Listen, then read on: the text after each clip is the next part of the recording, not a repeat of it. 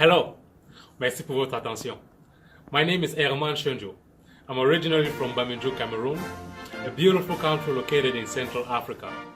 Cameroon is often referred to as African miniature for its geological and cultural diversity.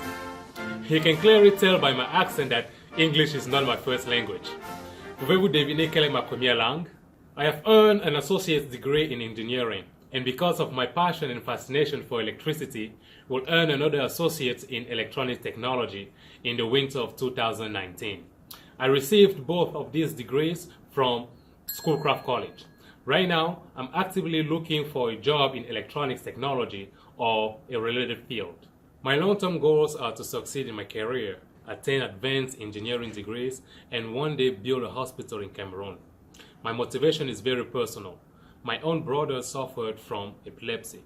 He ultimately passed away because my family did not have the financial means for him to receive proper medical treatment. This treatment might have saved his life or at the very least prolonged it. As someone deeply passionate about science, I'm very anxious to talk to you now about Stirling engines. They are a perfect fit for the Schoolcraft Ski Project series on the science of sustainable energy. Enjoy! Ce fut un plaisir d'être en votre compagnie. What do all the following have in common? This drinking bird. This hero engine that I made. This thermoelectric generator that is powered by the temperature difference between these 2 cups of water. Aha! This simple laboratory engine. This model steam engine.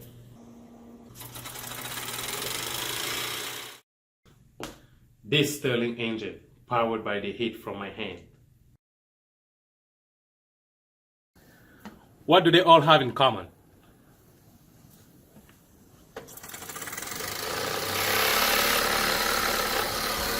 They all run on heat, and any device that does work for us and run on heat is called a heat engine. There are many other examples.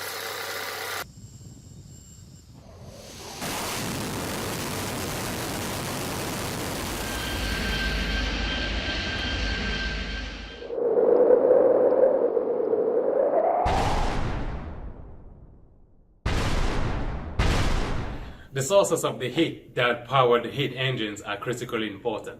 They fall into 2 basic categories, non-renewable and renewable. Non-renewable sources are removed from the earth, for example, coal, petroleum, and natural gas, and burned to create heat. The negative health and environmental impact of using non-renewable energy are obvious. Renewable sources are not removed from the earth and are not burned. For example, solar, hydro, and wind energy. This really colorful graph from the Lawrence Livermore National Laboratory might be my favorite chart ever. Notice that the 3 thickest lines represent non-renewable fossil fuel. The heat they produce when burned is primarily used to generate electricity, to power vehicles, to warm buildings, and for various industrial processes. Also notice that renewable energy sources such as solar, hydro, and wind make up about 6% of the US's total energy supply. This number is growing, but a lot more science and engineering is needed. One really interesting number to look at is the amount of rejected energy, which in 2017 was approximately 68% of the total. Think about it. More than 2/3 of the energy generated in the United States in 2017 was lost mostly in the form of wasted heat. Some heat must be lost according to the second law of thermodynamics, but not 2/3 of it. This is where scientists and engineers come in. We need to make energy production and consumption cleaner and more efficient. We also need to help figure out a way to overcome the current barriers to widespread clean energy adoption.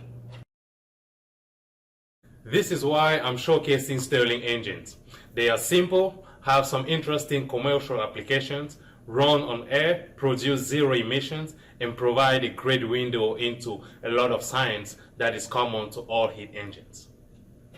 This is a gamma-type Stirling engine, which is also known as a low delta T Stirling engine. Delta means difference and T refers to the temperature, so this engine runs because of a really small temperature difference. In this case, the temperature difference between my hand and the surrounding air. A gamma-type Stirling engine has two cylinders. This is the power piston, which fits snugly within this cylinder, and this is the loose-fitting displacer, which repetitively circulates the air inside. The power piston and displacer share a common volume of air. They are connected 90 degrees out of phase with each other via a crankshaft with a flywheel. The flywheel's rotational inertia makes the engine run smoothly. Without it, there would be sharp power spikes followed by weak intervals. Let's go through each step in one cycle. Step 1. The displacer rises, forcing air to the warm heat exchanger at the bottom. This is called isochoric heating. Step 2. Heat enters the air, causing it to expand. The power piston moves upward. This is called isothermal expansion. This is also the power stroke. It is where the engine is doing real work for us. Step 3. The displacer descends, forcing the warm air to the cold heat exchanger at the top. This is called isochoric cooling. Step 4. Heat leaves the air, causing it to contract. The power piston moves downward. This is called isothermal contraction. The engine is back to where it started. This flywheel plays a critical role. Its rotational inertia helps the engine move from one step to the next and provides a smoothing influence. Without it, the engine will run much rougher. That's it. This cycle is repeated over and over again. This graph, called a PV diagram, shows how pressure, volume, and temperature change during the idealized Stirling cycle and where heat enters and leaves the system. Here are the 4 steps I just outlined. This graph shows a more realistic PV diagram. The shaded area represents work done by the engine. The greater the shaded area, the greater the work output. Here's my Stirling engine running on top of a beaker of warm water. Notice that it is spinning clockwise. I'm measuring its revolution per minute with this motion sensor. Watch what happens when I put some ice cube on the top plate.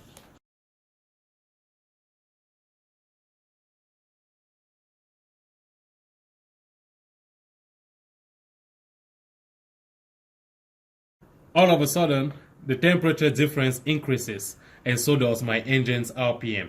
Now watch what happens when I reverse things by making the bottom plate the cooler heat exchanger by placing the engine on this plate of snow. Instead of spinning clockwise, it is now spinning counterclockwise.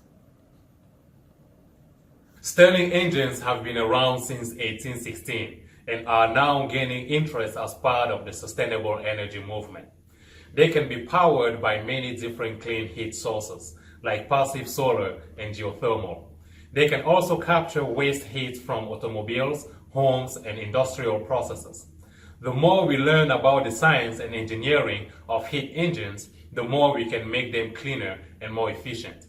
The Stirling engine provides a great learning opportunity in this area. I hope you enjoyed this video and thanks for watching. Le plaisir était pour moi. Bye bye.